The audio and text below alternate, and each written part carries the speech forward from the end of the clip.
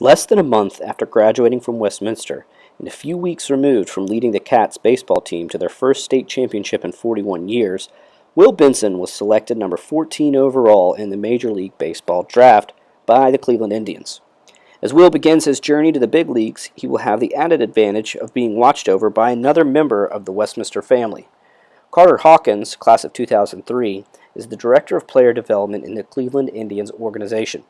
As Will began to get his start in professional baseball, WCAT sat down with Carter to talk about Will, baseball, and Westminster. So Carter, start off by telling us how you go from Westminster to the front office of the Cleveland Indians. A very good question. So Westminster, I was here from the time I was 6 years old till the time I was a senior in high school, so the full 12-year Alpha Omega experience. Played baseball here, obviously, really focused on baseball rather than playing, 3-4 sports like most of my friends ended up doing. Was lucky enough to kind of back into a scholarship to Vanderbilt and played there for 4 years. Not extremely well either. I guess I tell you guys I didn't play great at Vandy, so I got to wear the pleats instead of the cleats after college. So ended up applying to all 30 different teams for an internship.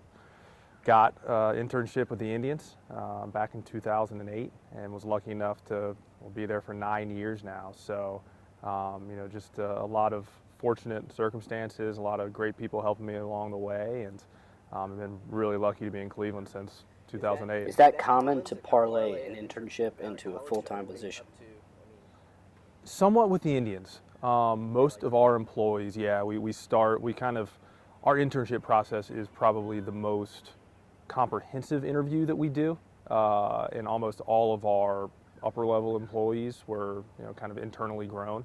We kind of treat our front office market similar to the small market that we have on the baseball side, where we can't go and sign Alex Rodriguez. We have to, be signing the young players out of the draft like Will, or players from Latin America, and then develop them through the system. So not terribly uncommon, but I just got really lucky to get with some really good people in Cleveland that let me ask all the stupid questions I wanted to ask, and gave me the opportunity to grow and fail and grow again.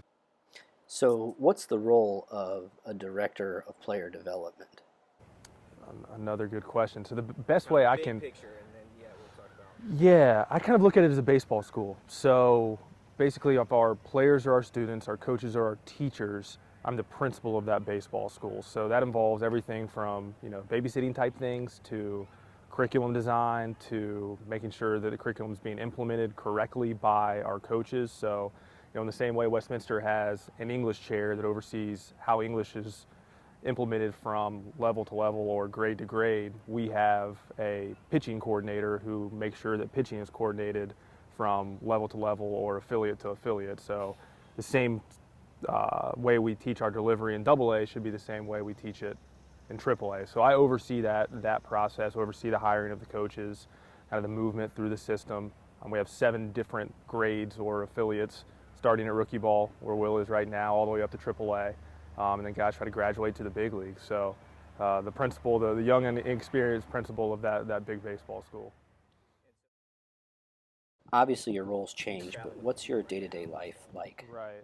Very, very cyclical. So just depending on what time of year, depends on kind of what's going on day to day. In season, it's a pretty good routine from a standpoint of we have 7 different teams that are playing right now. So every single day we get in 7 different box scores, 7 different reports from our coaches, and there's a little bit of just prioritization in terms of, okay, what issues that came out of this day do I need to address with the coach? So I'm calling managers, I'm calling our pitching coordinator, our hitting coordinator, those guys that are overseeing the different curriculums, talking to our front office about different player moves we might need to make. A lot of it's reactive. If a player gets hurt in the big leagues, we have to figure out who we're going to send up from AAA. The proactive things are the fun parts, trying to figure out, hey, how do we get this really good player to the major leagues? Plan design, trying to figure out, okay, how do we get this guy to be the best possible major leaguer that we possibly can be, even when we're still in A-ball, thinking about, hey, how can we develop this pitcher's changeup? How can we help this player develop some power? So a lot of that, and then program planning, system planning, programs like our off-season programs, trying to help develop some of those systems, just the way that we report, the way that we communicate. So it really varies from day to day. A lot of talking to agents, so there's roughly 180 players, in our baseball school at any given time, and they all have representatives, and they all have, their individual career and their individual plans. So inevitably, you're getting, 5 to 10 phone calls a day that involve one of those players and how they're, and how they're progressing. So it's never a dull moment for sure, but really enjoyable for sure. Talk a little bit about how sabermetrics and analytics influences the decisions that you make on a day-to-day basis. So the way we look at sabermetrics or analytics, as we call it, it's really about making good decisions. So to make good decisions, you have to have good information. That information includes just your standard subjective scouting experience. So we have as many scouts, if not more, than we ever have going out, watching players, making sure that we're looking at their tools, their power, their speed, their ability to put the bat on the baseball, their ability to throw, their ability to field, their agility, all those different things. We're just looking to apply that information as objectively as possible, as systematically as possible, across the breadth of 1,000 players in the draft, and being able to apply that information consistently to each of those players versus trying to kind of cherry pick each individual player and having biases just get in the way. So from that standpoint, analytics has gotten very, very involved in our scouting process in terms of just applying some of that information systematically. In terms of the box scores, you're trying to think about what are the numbers that are predictive, not telling a story.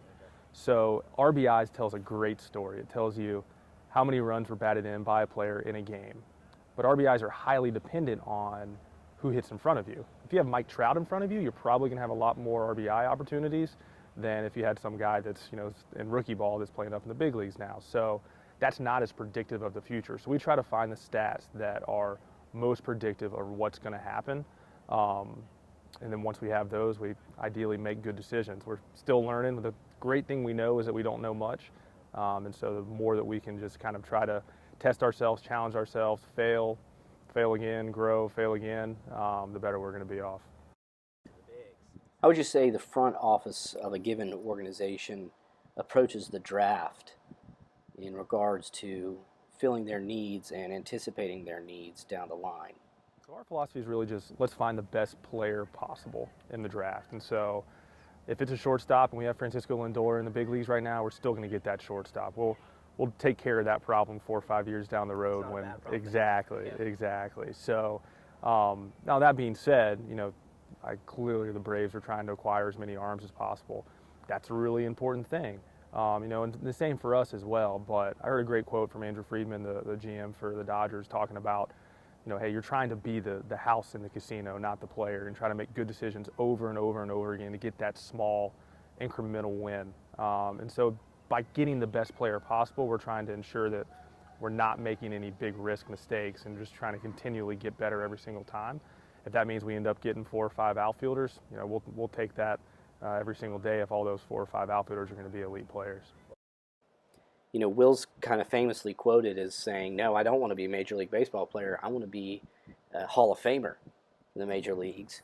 What does that kind of attitude coming into an organization make you feel about a player? How does that kind of make you feel about what his future is within the club? Yeah, it's exciting. I mean, you want players with great visions. When a player comes in and you say, hey, what's your goal? And he says, I'm just happy I'm here. He's probably not going to make it just because of how difficult it is. Out of the 180 players in our baseball school, really only, maybe 15% ever even get a cup of coffee up in the major leagues, much less become, an elite Major League Baseball player. So you got to have that vision. It's that old Abraham Lincoln quote, and I'm going to botch it, but it's basically, to predict your future, the easiest way to do that is to create it. Well, you have to have that vision so you can create that future, and Will definitely has vision. That's absolutely apparent, just from just spending a little bit of time with him. So obviously, once you have that vision, you got to focus on the little things in front of you. You kind of have to be where your feet are and make sure that you are progressing day to day. But we don't really have any concerns with him on focusing on what he's doing right now. So while he's got these big dreams, we also understand that now that he's in Arizona playing in the Arizona Summer League, kindergarten of the baseball school, he's going to focus on adding 1+1 and not look at long division quite yet. So the Cats win their first state championship in 41 years. As an alumnus of the program, how does that make you feel about where the program is now? It's pretty cool. I mean, I look back to when I was playing, back 02, 03. We could never quite get over that hump. We lost in the Final Four, I think 3 years in a row, 2 years while I was there.